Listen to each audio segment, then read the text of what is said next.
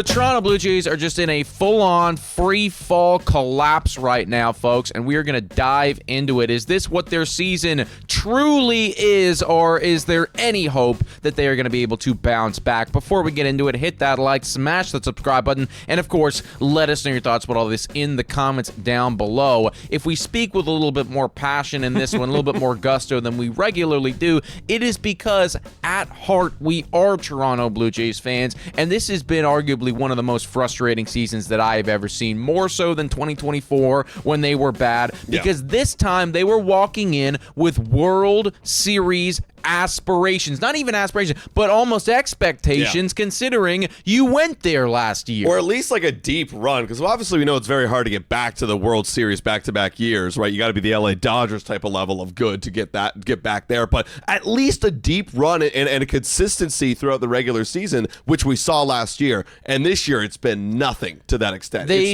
For me, it's like you got to be a top 6 MLB team throughout. Like that's what everybody's expecting, right? And that is not what we have seen so far this season, folks. Flashing over to the standings here, they are 39-45 at the time of recording this video. They are third in the American League East, but it's a dramatic third. Like the division is a 2-horse race right now. The Jays are not in it. Baltimore or Boston, they're not in it. This is Tampa Bay and this is New York's to lose. More importantly, though, they are currently outside of a wild card spot. They are the 4th team chasing the wild card behind Houston, the Athletics, Minnesota, and then of course Seattle and Cleveland as well in there. This is not at all where Toronto Blue Jays fans expect it to be at this point of the season. No, and they have a 10-game homestand that they're currently on, and they lost the first series to the Astros. They dropped 2 of 3, and then they get the Texas Rangers, who at the time at the beginning of that series they're right around even in terms of record.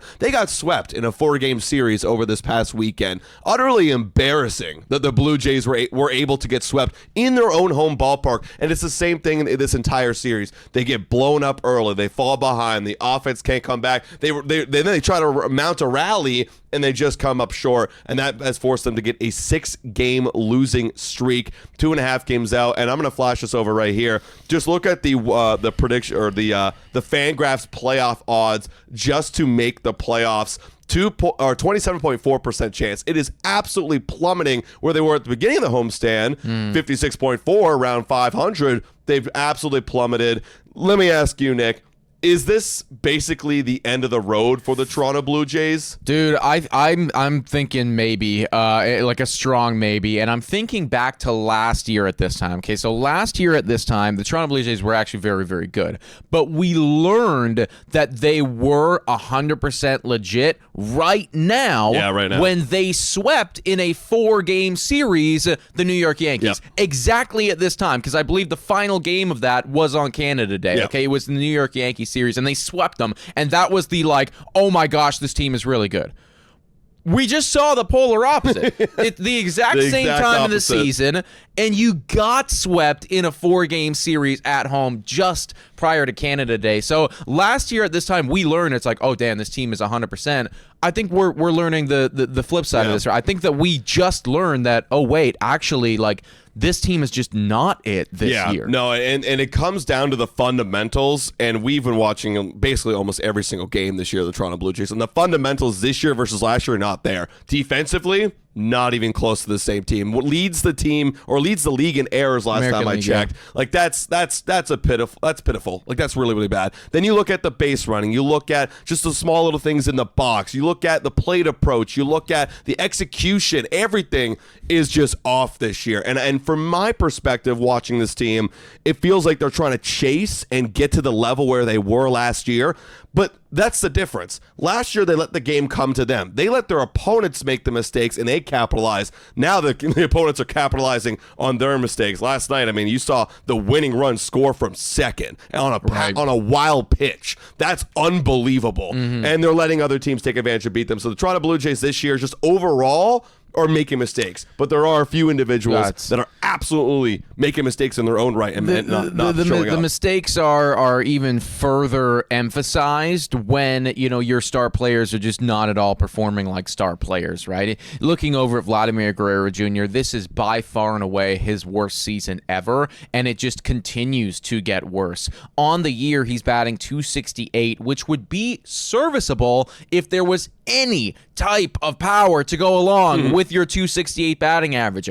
There is none. His on base and his slugging are almost identical. They are 1 point off of one another. And for the last 2 months, the slugging has actually been lower than the on base percentage. God. All of it has a .697 OPS. And let me be very clear, that's being held up as much as possible from roughly a really good first 3 weeks. And then since then, it has just been dropping like a stone. In the month of June, I was looking at this today. In the month of June, Vladimir Guerrero Jr. has an OPS under 500. Under in the entire month, it's June 29th. Yeah, under 500 is his OPS in the month of June. So it's getting significantly worse. What thoughts on just Vladdy as a whole? What the fuck is happening? It's right unbelievable. now? And what's crazy is he's too good for this. What is happening? Dude, he's not striking out. His strikeout percentage is in 96th percentile. He's putting the ball in play. It's just weak contact. The barrel percentage is below average. The expected slugging is right around average. The sweet spot launch angle is piss poor. He's chasing a lot here more than usual. Again, it's just a weak, inspiring at bats is what we're seeing. We're just flailing the bat out there. Well, we're getting down on ourselves, and what he really needs is honestly a reality check, and he needs to take a step back from the game and calm the fuck down or get himself motivated again. Because what I'm seeing is just a piss poor performance all around. I'll tell you what, man. Mentally, it's got to be really tough on the guy, but there is obviously something seriously mechanically wrong with the swing at this point, right? Joe Siddle was in the broadcast booth yesterday talking about. I mean, yes, mentally for sure, that is coming into play. But at this point, there is just something mechanically wrong with the swing. We're attacking the baseball wrong. It's everything is a ground ball, all of it. And then when he finally does get something up, it's never hit with enough authority or power. It's never there's just something inherently really wrong with the swing right now, and I don't know when that happened, because in the World Baseball Classic it looked great, and even at the beginning of this season, the kid was still batting .350, even though there was no extra base pop. He was still hitting he was getting doubles, and he was hitting a ton of singles, and then all of a sudden just it's gone. It vanished. Poof. Everything is wrong with it right now. So, you just need to figure it out in the middle of the season, and it feels like it's so deeply ingrained in him that he can't do it. No, exactly. And we have another player right here, another guy who actually led the team in OPS last year, probably the best Blue Jays player, and it helped them get to the World Series with a huge home run in the ALCS, is George Springer. And I mean, this is a case of, okay, I got injured early on. I had 2 months of struggle. He's been getting better as of late. His last month is better than his overall season, but still, it's not good enough to really drag up all the numbers, and everything is below average.